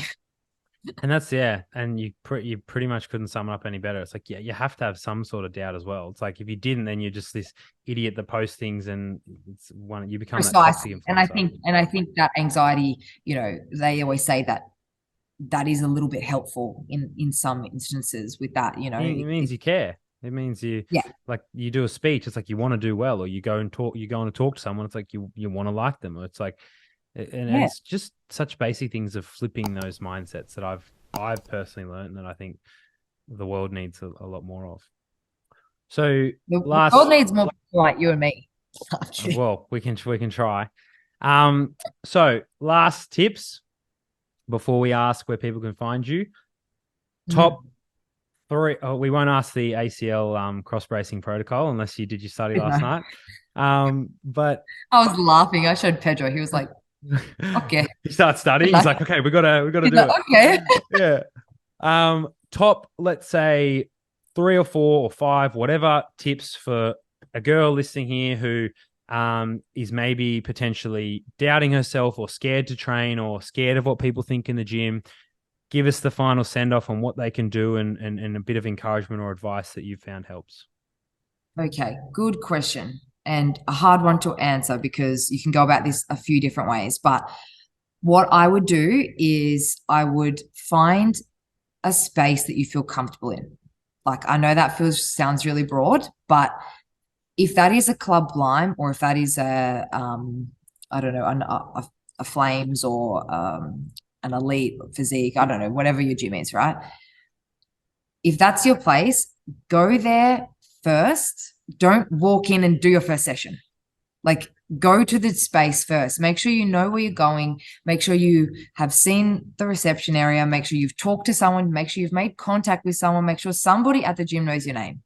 Maybe it's the girl behind the desk, or hopefully there's someone behind the desk, because these days everywhere is a fucking 24-hour gym. But anyway, Mm. but I think there's some method and like some sort of like calming from a little anxious soul here. There's something calming about doing a drive-by about where you're going to place yourself for your workout. So like a lot of the girls are like, oh, I already know where to come because I did a drive-by on Friday. I'm like, oh my God, so great. That's So good. then, so come in, like, maybe that's not the first day you do your workout, but you've like sussed out the gym. So I would say, know where you're going to go there first, feel comfy, and you'll get a vibe. If you walk in and you feel like good, just rock with it, because it's probably not going to feel any better than good if you're already nervous. So don't expect euphoric feelings, just expect to feel not completely horrible. Mm. Have a plan of what you're going to do, whether you're going to do a group class, if you are going to do something alone, like on the gym floor, have a plan. Otherwise, you'll just go on the treadmill and walk. I can guarantee you. So whether that's engaging someone online that you trust, that you've been, communicating with, and you get a program or something from them, or you follow someone half decent on social media that you've saved something that they've done and you feel you can do it, have a plan. Don't just go in and walk on the treadmill, because you're better off just walking outside, to be frank. If you're going to go for a walk, just go outside. And I think the third tip is, well, there's kind of 3 and 4. You could do it with somebody for the first time. I think that helps, or tell somebody that you're going to do it. Yeah. When I was never, thankfully, I was never afraid to work out, but I was afraid to open the gym. But I always told people I'm going to do it one day. And I didn't really, you can say it and not mean it, but you've said it out loud. So, Like accountability. I think that helps. Yeah. And then, yeah, you could go with someone. That was what I said. And then, what was my other one? I forgot it. Mental blank. You're thinking too far ahead. 3's good. 3's funny. They were really, they're really good ones. Like, especially, I didn't even think of the drive-by one, but driving past somewhere and going in. I know that sounds a bit silly, but it's actually. But it's not. It actually When you were saying that, I was yeah. like, damn. I was like, that's like, I even imagine, like, if you go past somewhere, you're like, okay, I know where to go. I'm not going to worry about getting a park. I know where to walk in. I know the person there, so they're going to be like, oh, you're back. Like, that's like imagine if you were doing a 5:15 class in the morning, black, right? Like, yeah. we all know that in the morning everything's a bit skits, right? So like, you're not thinking straight, you're half asleep, you probably haven't, hopefully you've eaten before you work out, but a lot of girls haven't. They're a bit like half asleep, and they get lost. And I'm like, do a drive-by before, make sure you know like where you're going to put your bag. Like, we have like showers, and like we give the girls free sanitary products and like all of that sort of, like, they know that's all there. They can go straight to work, they can hang their uniform up, like all that sort of stuff. Just like plan it out, like to a T. I think there's some method in that sort of like OCD madness, just like having that structure about. But and usually anxiety is a future thing. Oh yeah, 100%. Anxiety is like, oh shit, I don't know what's going to happen. Oh, I don't know what to do. I don't know how I'm going to go. Yeah. But if you know where you're going, where you're going to be able to put your stuff, who's there, what plan you're doing, it's like. And I think it's like what we said before, the what if. Like, what if you don't do it? You could have a skill that you've never tapped into before. Yeah. You could be, I mean, let's get crazy. You could be some sort of freak powerlifter. You don't even know it yet. So like, maybe that's my 4th tip. What if you don't do it? Like, nothing's going to change, but what if you do it? Something epic could come. Like, it's like, you're not going to lose if you do it, but you're not going to gain if you. Worst case, you go, okay, I wasn't a powerlifter. Best case, you go, far out, I'm really strong. Yeah. Yeah, exactly. It's like a win-win. Worst case, I'm not a powerlifter, but I'm a half marathon runner. Yeah, but it is. It's like, how do you know if you're going to be good at something until you actually have a go at it? Like, and I think, they're 4 really good points that, like, and that's not even for the girls, like for anyone. Yeah. It's like knowing what you're going to do, having a plan, thinking what if, and just planning it out and doing that is like never too late to start. I think, our mums could do it, like anyone can do it. Like, there's no wrong. I think the only wrong thing, well, this is broad, but like the only kind of wrong thing is not going for it in the industry. I think not even broad. No. Yeah.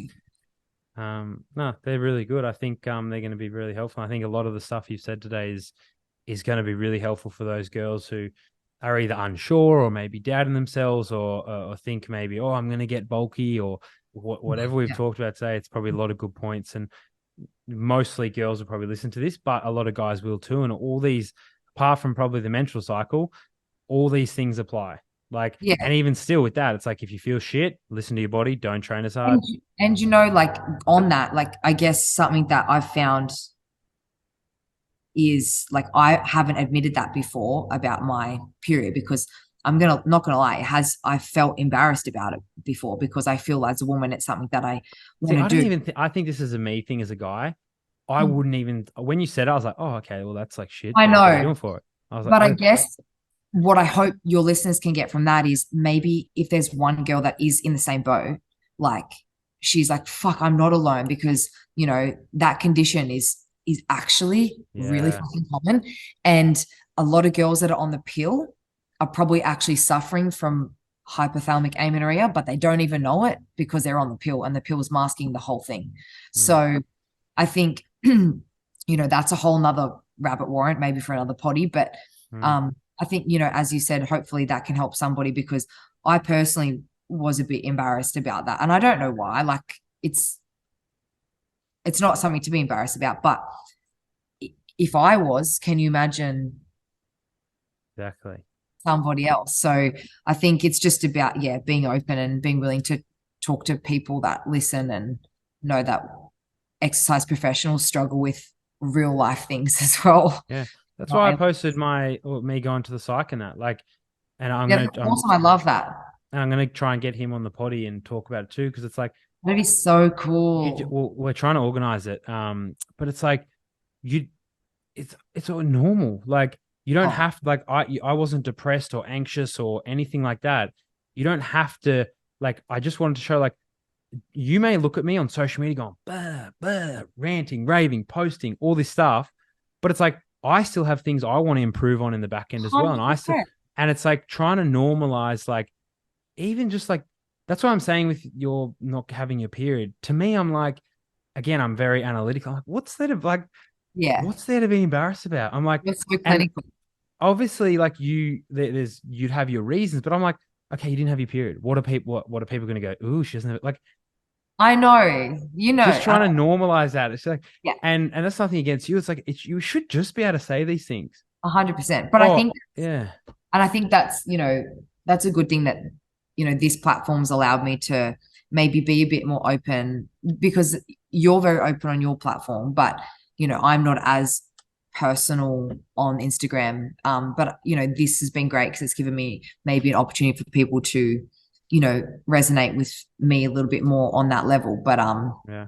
it's good to be able to normalize that conversation and talk about it. And yeah, when I get my period back, I'll make sure I let everyone know. Yeah, first post. Guess what, guys? Guys, doing a new podcast. They're all like, wait, what? Did I miss something? You're like, why are you Oh, celebrating your stop. period? I'm dying. No, that's really good. So I think that's going to be really beneficial for a lot of people, like men and women. So where can people find you? Where do they go? Where do they look if they want to talk to you, ask you questions, and go down the Um, high def route? Mate, we're on Instagram. It's the best. It's the best route for us. High definition fitness, simple. We're in Canberra. We've also got a good website. You can check that out. It's linked on the Instagram. We also have a TikTok, which I don't run. The social media girls runs, and I don't know how to use TikTok. So if you want to follow that, you can follow that. I don't. You're definitely into the parent era now. You're married Oh now. You're yeah, not using how to use I'm a dog technology. mom. I don't use TikTok anymore. Yeah, Grown up, but literally. nah, No, that's good. Instagram's my stomping ground. I like Insta. Yeah, perfect. Well, thank you for coming on. I'm Mate, sure thanks the for having girls will me. get a lot out of this. That was awesome. That was a lot of fun. Cool. Thank you. We'll talk soon. Thanks, man. Cheers. Bye.